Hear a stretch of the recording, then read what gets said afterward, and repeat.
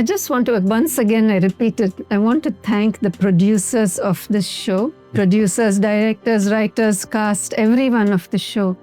Why? Because you all have, when the story has become a conversation, therapists on our own can't make that difference, however much pain we see. But through the story, you all have opened up this topic for the world. You know, I say bring the inside out. What's your thoughts about that? Yeah, I think now I'm thinking about it is what we're doing is almost the same as people sharing their stories on social media in a way. Because I think that's how we connect as human beings, only through stories. That we understand what we are going through, what the other person is going through. And turns out we all are sharing the same experiences in a way, despite our differences. So this also goes back for why I became a filmmaker in the beginning. And I heard the story from Mira. And it's been a long time since I felt like this is something that we have to talk about. Because everything has always been like in a way commercial aspect. Like when people talk about what kind of a movie or show are you making, often the question that comes about is the topic that comes out is what is trending? What is the thing people are looking for? What is in a way attractive for people? But at Astro Shaw, the writers and people we're working with, even the filmmakers, director and all, we're always thinking about what is the thing that people don't talk about enough. That's important. That needs to be highlighted. Now, I just want to ask the audience one request, a giant request to the audience. Please make this trending to talk about this, the underbelly, the story under the story in the show, because the world needs that so much. It's just so much. When you see the pain I see, you will not ever wish it on your worst enemy. And I sincerely say this, So just please make this trending. Thank you.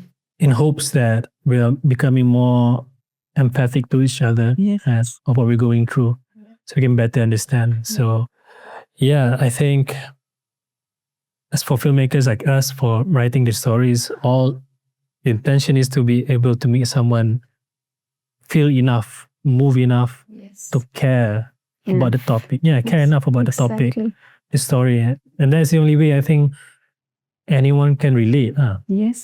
You can watch something and feel like, I know that feeling. I know what he's going through. Exactly. And without you knowing it, that is what you needed. So people say art is a form of medicine in a way. Can I share for something? The soul? Yes, exactly please. What you're saying. To add to that, so many teens I work with the whole range, and they will tell me in their deepest, darkest moments when they literally want to end it all, they listen to some form of art, some song written by that person. The parents are frightened of that song. Oh my God, he's listening to this song, he's going to kill himself. But he said, no, because I heard someone else have a similar experience as me. I got the samanga to live another day. We are built for connection. Because And sorry, you want to say no? I think someone add to that. It's like when you feel that person is also going through the same thing, you don't feel alone. Exactly. That's the important part. You hit the nail on the head. We are not built for isolation. We are built for connection. And trauma gets us for protection, defense, not for connection. That's what happens. Speaking about that, I think we talked about how people are closing off relationships, but to take example from the show where Yasir is closing off Dahlia. He doesn't want to. Closing off is happening. And I think we should talk about how Dahlia, or how we as people, if our partners were to go through something like this, how do you navigate that? You as a partner or a family member is saying that, Dahlia. We call that, these are secondary survivors of trauma, because they're living with someone there. They don't know the story. Even that person doesn't know the story. So I go back to that statement again and again. There is a reason this has happened. Instead of judging the behavior, we like to judge because then we can put it in a box and we get some control. And that's not going to get you anywhere. There is a reason for this. I don't understand. Let me seek help to understand. Good old ChatGPT and AI is there. Put it out, it won't give you exactly, but you get a better grip. Call a therapy center and ask the staff, they'll give you a little more clues. Sorry, Find out. but this is for if someone is going through that. No, for even the partner. For the can partner. do that. We receive so many calls like that. Because you also need help. You also Yes. need someone to talk to about So I these don't things. understand what's happening. This is happening. Help me make sense of it. I want to live with this person, but I don't know how to do it. Yeah. So seek understanding, seek help, and bring about that shift. And that human body that has been through this excruciatingly painful experience will notice shifts in the partner. And that body will can trust, approachable.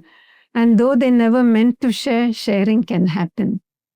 And then the next step of seeking help can happen. In the case of just hypothetically, if it's too extreme of a case where the partner doesn't communicate with you at all, have you gotten help? Does it ever come to a point like the best thing to do is to cut things with the person? Usually, before cutting things happen, because I work as a couple therapist also. Yes. Please do. What will happen is, if you are not seeking help, I'm going to divorce. Then the partner will come seeking help. Because they realize something is happening. But society doesn't allow us to accept vulnerability. So the the courage to face vulnerability and then seeking help happens. So many have come in like that. I've got to work on this and spending the night in a hotel. I don't know when I can go back home. So many different versions. But that's why I say that's not a breaking point. That was a healthy point to seek togetherness. Yeah.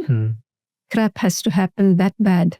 And then seeking support can happen. And yep, couples stay together, may part, but the parting, if it does, it's very amicable, not ugly. There's a big, big difference. Still with grace. Yes, with grace and respect. And I'm so touched by that. So it is still a good effort and an important effort if you seek help as a couple first, because then you can understand individually what is the thing that is underlying all these issues. Yes. Many times. Because sometimes it's not just that one person, right? It could even be both without that yes, one. thank you. Yeah.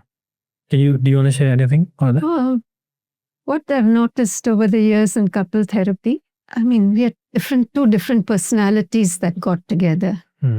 Somehow I'm searching for love. And my body is searching to heal. So it'll find the exact mirror opposite of my stuff. So that person I like very much because he talks a lot, he's so confident. The minute the attachment happens and the commitment happens, the shadow side of my stuff, my trauma comes up. And I find him a pain in the neck. I find he's talking too much. I find he's overconfident. But I don't recognize it's coming from within me. It gets projected on each other. So couple therapy is to help us, unpeel the layers of all this work. Like you said, how is the relationship growing from that? Yeah. Speaking about relationships, then I think we've established about, in a way, romantic partners, in a way. But what about children? There are cases that we've heard, say the parents and the child are close. Okay. And then when the child shares something hard for them to hear, like this, being abused and all. When the parent doesn't open up to that, how do you deal with it? The way I work, different therapists work differently. The first question I may get asked by a parent is, I've always been there for my child. How come she didn't tell me? Yeah? And what I say is, we are always there as a parent. I mean, we love our children to death, literally, we'll give our life for children. But we may not know how to be there. So I think I am there, but the child's experience of me is not that. If I share, I will upset mommy.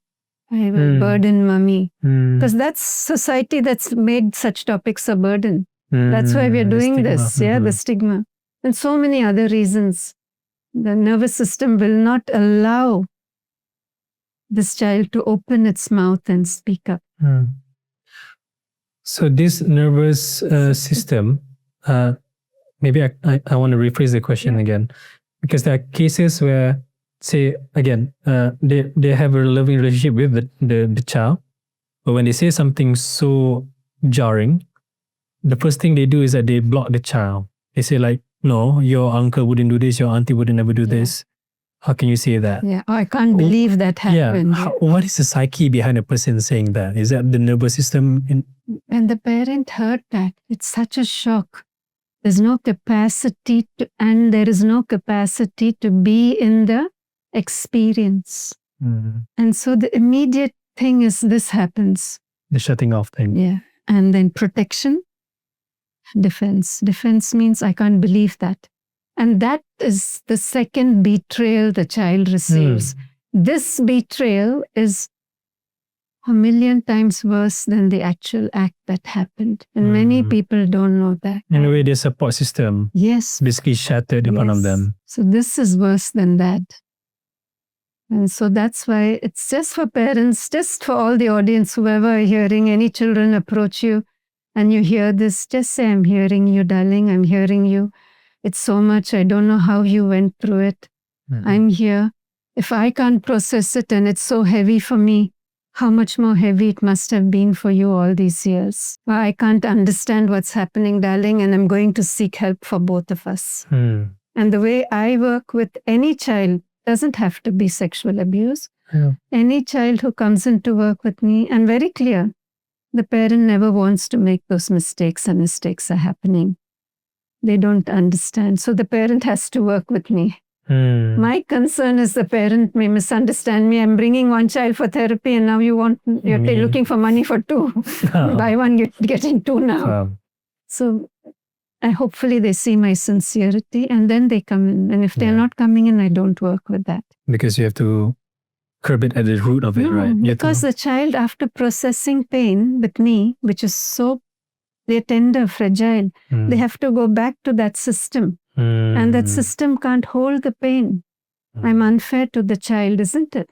And if I don't support the parent and help them understand, I'm unfair to the parent because they don't know all this. So they hear me and they do come in.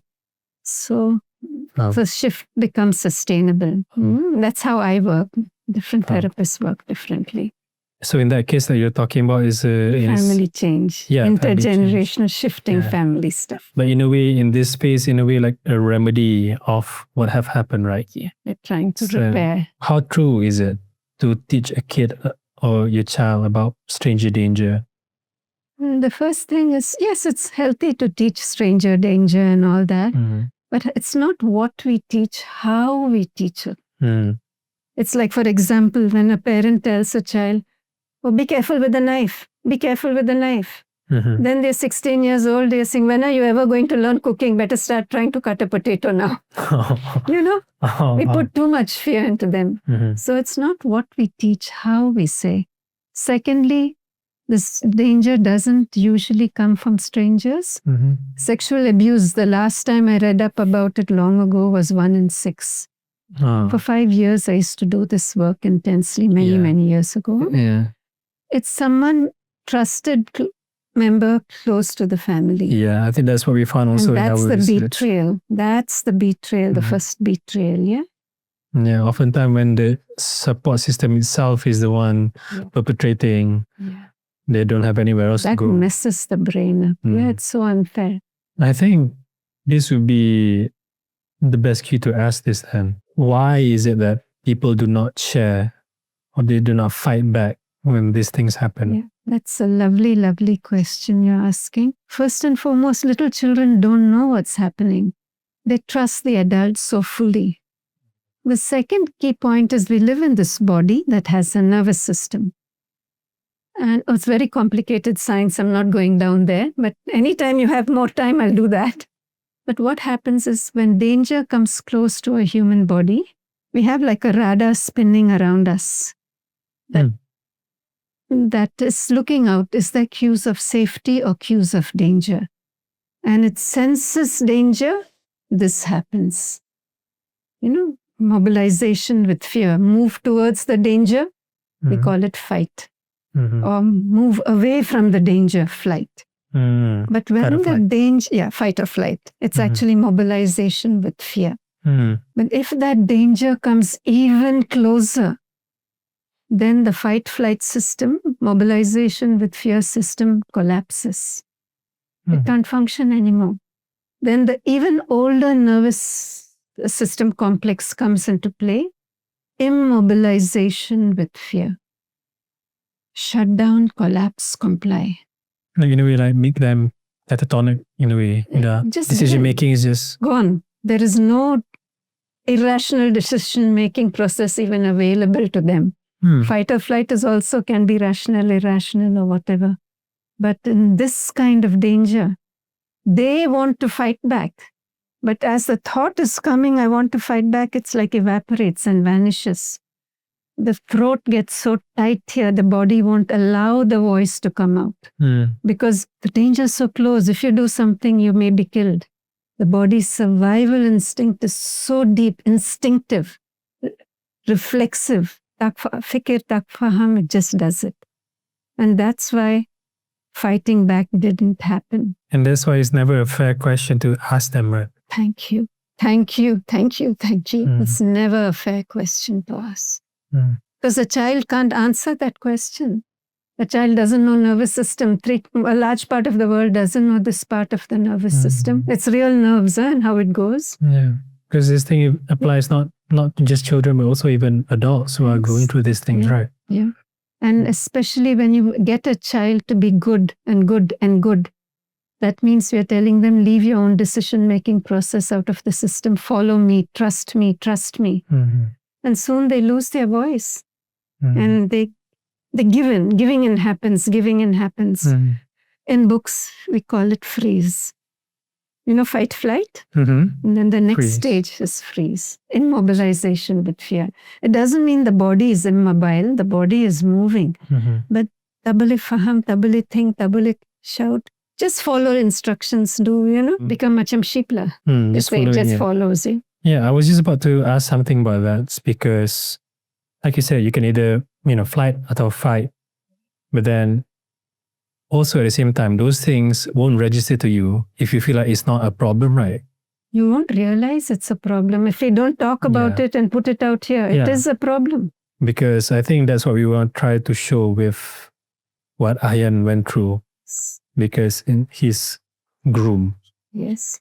Without him knowing it. Yeah, the word is groomed. It's groomed. Yes. Can you share with us, how does the mind work when they go through this and why do they open up to this? Because in our show, Aryan is not the only person who goes through this. It's also Zaid. Yes. Yeah, and the example that we've shown is that he is a adoptive child and he doesn't get the connection and love from the parents, the father especially. So when in this episode 6 that we're going to show in the flashback, he gets closer to Yasir's father because he's the one who's showing affection. Yes. Is this like the same case that happens with everyone? And can you share on that? Yeah. You're saying it so well. Yeah, you said it so well. It is Zaid. We are built for connection, as I shared earlier. And if he didn't get a healthy connection, the body yearns and yearns and yearns for connection. And someone offers crumbs, it tastes like bread. Yeah? So it's so precious. And the grooming process happens that way. And the person doesn't know what's okay or not okay. Or a real story comes to mind years ago. The child came home and said, 11, 12-year-old, 13-year-old or whatever, told the parent, "Oh, Mom, today in school, I have this friend and that friend touched this friend over here." And the mother said, "You, that can't happen. Make sure you don't be friends with that person, because being touched like that is not okay." The mother quickly went into judgment. Instead of saying, "Hey, there's a reason you're asking me this question," and asking details. Because what was that child actually doing? seeking for help. It happened to her, but she didn't know how to say it happened to her. Oh no. So you begin with some windy story, something else. Yeah. Wow. So we want to ask, there is a reason the child is asking.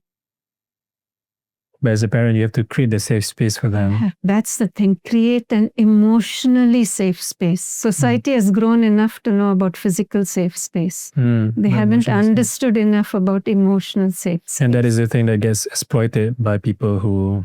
Just like I shared with you how couples can find each other exactly to work on healing, the body does that. Yeah, just like that. That person seeking illusion of power and control over another can find the most vulnerable, fragile person there. And this is something in a way biological that even we are not even aware about. That is why we want to understand trauma. We want to, and before trauma, we want to understand emotional safety. Because if emotional safety is there and we can create it, traumatic things happen and it can be spoken about and discharged. So it doesn't become trauma. That's why I'm so touched once again by the producers, directors, the whole cast of the show for doing this. It means so much to me. A space to talk about emotional safety, bring it up. Yeah, and again, we're also very thankful for you sharing your expertise also. Yeah, no, I'm just sharing. It's very helpful. And I'm hoping the audience will make this trending. Yeah, please. Please share. I'm asking for a generation after me. I'll be gone before it becomes there, but this is what I want to leave behind for the world, yeah? This is our responsibility also. Yes, it's all our responsibility, not just yours, mine, or the cast. Yeah. It's a tough show to create, a tough show to enact, tough show to edit. You've got to see the same scene so many times. Yes, we went through... If I had to edit the show, I'd be eating bags and bags of twisties one after the other. Yeah, actually, it's tough. That's my comfort food. Our directors has always mentioned, even Mira, I think also, because they mentally, it's like mental fatigue of like having to see that trauma and, try to piece that scene together. Yes. To give respect to the characters and the experience, not for drama or for likes. Yeah. Yes.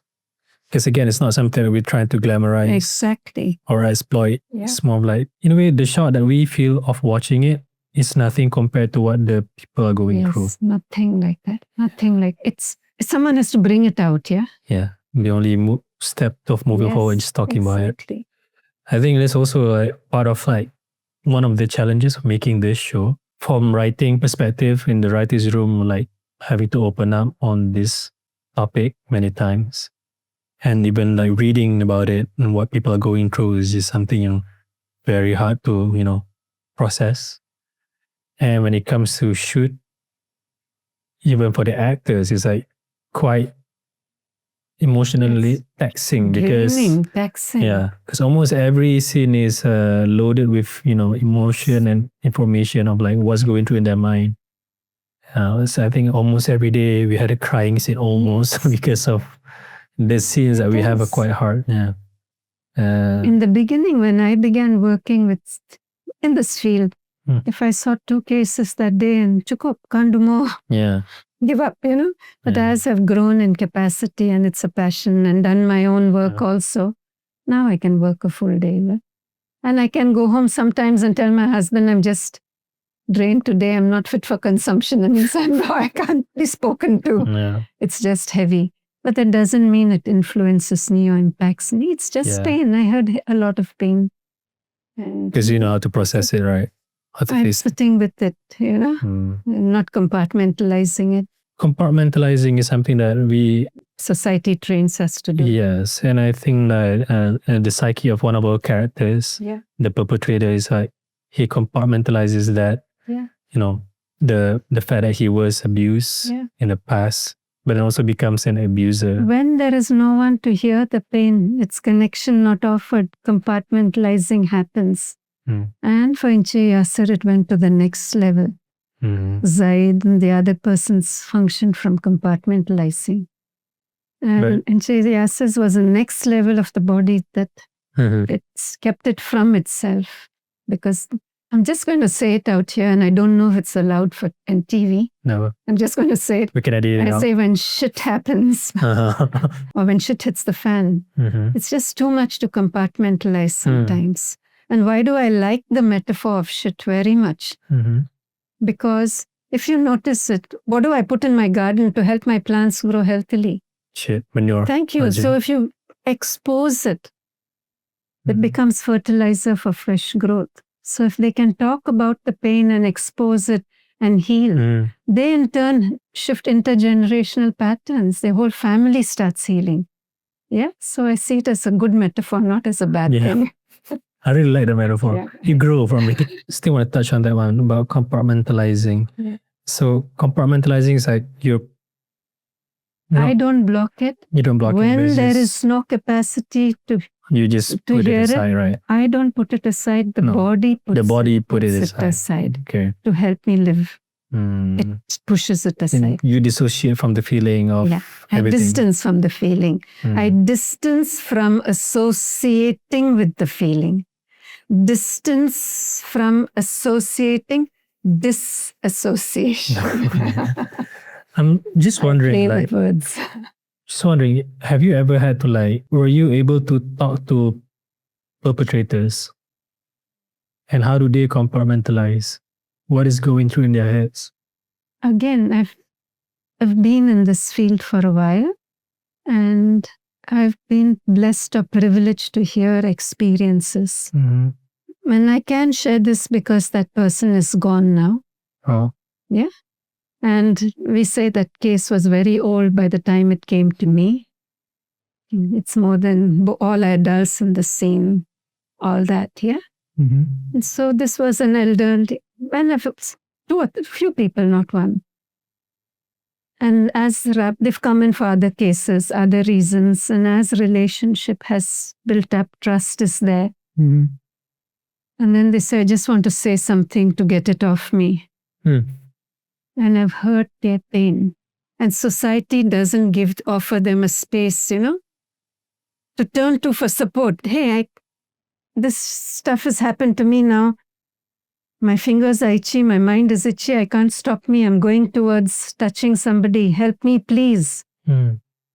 Society doesn't give it space. The shame in the society. You can't talk about it. And touching things have happened. And I've heard that pain of how much they wish they could hold themselves back and how much they hated themselves when they did it. They never liked it, ever, ever, ever. And they couldn't stop themselves. So I had the plea of this is years ago, 2010, a plea of a 15-year-old, quiet, good child.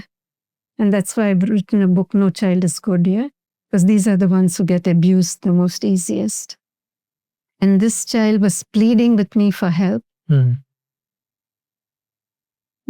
Not because of what happened to him. That didn't matter to him. Mhm. Said, So what is I can't stop me. Please help me. I haven't touched anyone yet, but I can't control me. And that's so, so, so painful. And no child should ever, ever, ever suffer like that ever in life. Mm. And that's when I made a promise to myself. Before that, I was very much a backstage person who, I'll do anything to help you, but not in the front stage. Mm. Is it someone has to take accountability, responsibility, and not children. And so I started speaking through nervousness, through nausea, through wanting to run to the bathroom, and I speak up because I shouldn't suffer like that ever. It's not fair, it's not right, it's not okay. And it's tragic. It's so tragic because 10 always, years later we'll read somewhere in the newspaper that it could be him. He's caught and blah, blah, blah, and now he needs to be hung. And no one ever knew why. And we'll all be talking about it. So there could have been people. He deserves it, he did this, yeah? Yeah. It's so unfair. The good judgment. Yes. I think that's also something that, in a way, reflected how, on social media, people are following our show, the story, and immediately attacking or judging character. Yes. Yeah. Why do we judge? I don't know. If you're asking me, we want control. Control. Yeah. I was about to say safety. I think it is the same thing. The control gives us not in danger. Yes. We think it gives us safety. It gives us not in danger. Yeah. I guess there is, in a way, linking to the story where if you don't process it, Yase is in a way lucky because he didn't do it, right? But till the end, he didn't know he didn't do it. he didn't know at the end, only at the end, only for them found out. Imagine if you didn't have that ending, he's living with that his whole life. Yeah. But then still, the real person could have maybe asked for help or wanted to ask for help, but couldn't get it. Didn't get the right help. Yeah. And society doesn't allow it to be spoken. Yeah. Potentially become an abuser juga. And I wonder, I mean, you get to see your Instagram and all your postings. Do people talk about this, the story inside the story, or do they just talk about who done it? What are you noticing? Yeah, we're noticing the shocking factor more of people of like trying to guess who is the murderer and who is the perpetrator and all that. And what are this clue? What is that clue? What is this clue? But yeah, honestly, what we wanted to do is tell a story about how unresolved trauma affects a person. Yeah, that's why we have those Yase, Zaiba. I mean, all represents characters who, if not treated, this is how they're gonna come up. Even the abuser. And I think the reason people don't speak about the underbelly, I call it, because it's not spoken in society enough. It's taboo. Still taboo. Taboo. That's why. So we are trying to make it not taboo. It's happening. It's real. Then why do we want to keep shit covered up? Just expose it. Let all grow. Let intergenerational patterns stop. And it becomes that bad, then you're going for a diagnosis, and then you're getting, I call it alphabets after your name here. This challenge, that, because it messes the brain, messes the body system of living.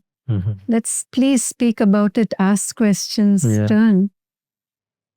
Give the show the respect it deserves, than just who done it. The topic. Give the topic. Exactly, the topic. The right attention. Actually, I want to mention about one other character that we have, which is Ustaz Raihan. Supposed to be the religious teaching figure in the show.